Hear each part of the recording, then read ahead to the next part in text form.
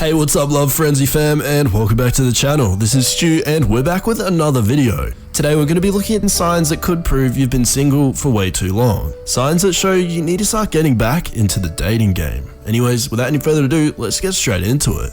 Number 1, we have the fact that you have no interest in sharing your bed with anyone other than your laptop. Now we all know that Netflix can be better than relationships when newly heartbroken, but that doesn't mean you should marry yourself to it. You would much rather share your bed with Netflix, who loves you unconditionally and is always available, rather than cuddling. Cuddling is great in theory, but in reality you're kinda smushed and wake up with someone asking for round 2. Plus, you're pretty sure a significant other would not be done with the enormous starfish you become in the middle of the night. Let's face it, you can't go deep sea diving with Netflix, or your phone for that matter. You simply just wouldn't enjoy it. Yes, there's always the fact that you can go with your friends, but eventually, they'll be in relationships and getting married. So get out there and find the one right for you. Number 2, you don't try. Basically, you've stopped dressing up nice and stopped putting effort into styling your hair. Now, there's nothing wrong with that, but don't you want to do it for yourself? Dress up to make yourself feel good. It really will make a person more confident. Third, we have the fact that you're starting to push people away from you. It sucks being single and having friends in relationships. This results with them wanting to spend time with you, and it can get a little frustrating doing so, which makes us want to leave them be and spend time with our phones and computers. So maybe try and make plans with them. See if their significant others have friends that need to go out too. Fourth on the list, we have the fact that your friends have most probably stopped giving you +1 invites to places. They realized there was no point in keeping a chat for a person who would obviously never appear.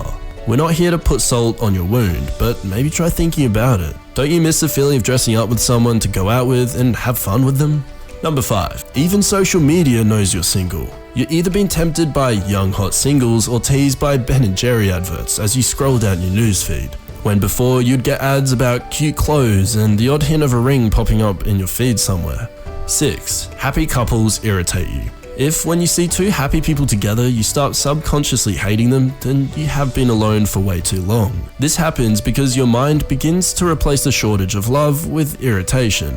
Usually people are easily bothered by things they miss in their life. This happens exactly because of those processes in brains. The best thing you can do about it is to start looking for a partner or just avoid seeing happy couples. Unfortunately, this irritation will be rising until you begin to date someone else. 7th, you watch strangers with sincere interest. Usually, people don't pay too much attention to strangers on the street, but if you have become one of those people who watch strangers with a sincere interest, then it means you desperately need relationships or just any social contacts with other people. This is a clear sign that you've been single or just by yourself for way too long. The best thing you can do in this situation is to immediately contact your friends and invite them somewhere or just ask to do anything with them. If you don't have friends, then it's useful to visit your local clubs where people share their interests and hobbies. There you'll be able to find some social contacts and friends, or maybe even try giving Tinder a go, who knows. 8th, you start making up the benefits of being single even though you're unhappy. This is one of the effects of being single too long. You begin to believe that you're happy alone and someone else will only destroy your happiness, and that is why you don't need anyone.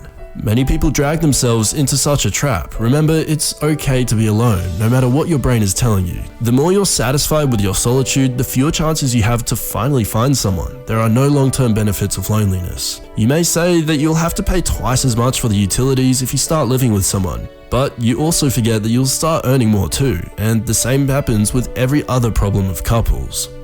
Last but not least, your hobbies stop bringing you joy. People tend to dive into their hobbies when they're not happy about their life. This is the first stage. At this stage, they substitute their general happiness with happiness from their hobbies, life achievements with achievements in hobbies, and so on. The second stage is when your hobbies can't fill the gap of unhappiness in your life. If this has happened to you, then you need to get together and start changing your life. The best place to begin the recovery process is to change your apparel.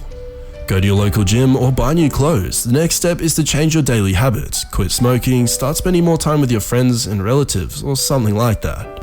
Well, that's all I have for you today. I hope you enjoyed this video, and if you did, then feel free to hit that thumbs up button. Also, if you want to join the Love Frenzy fam and see more content like this, then be sure to hit that subscribe button. Anyways guys, I'll see you next time on Love Frenzy.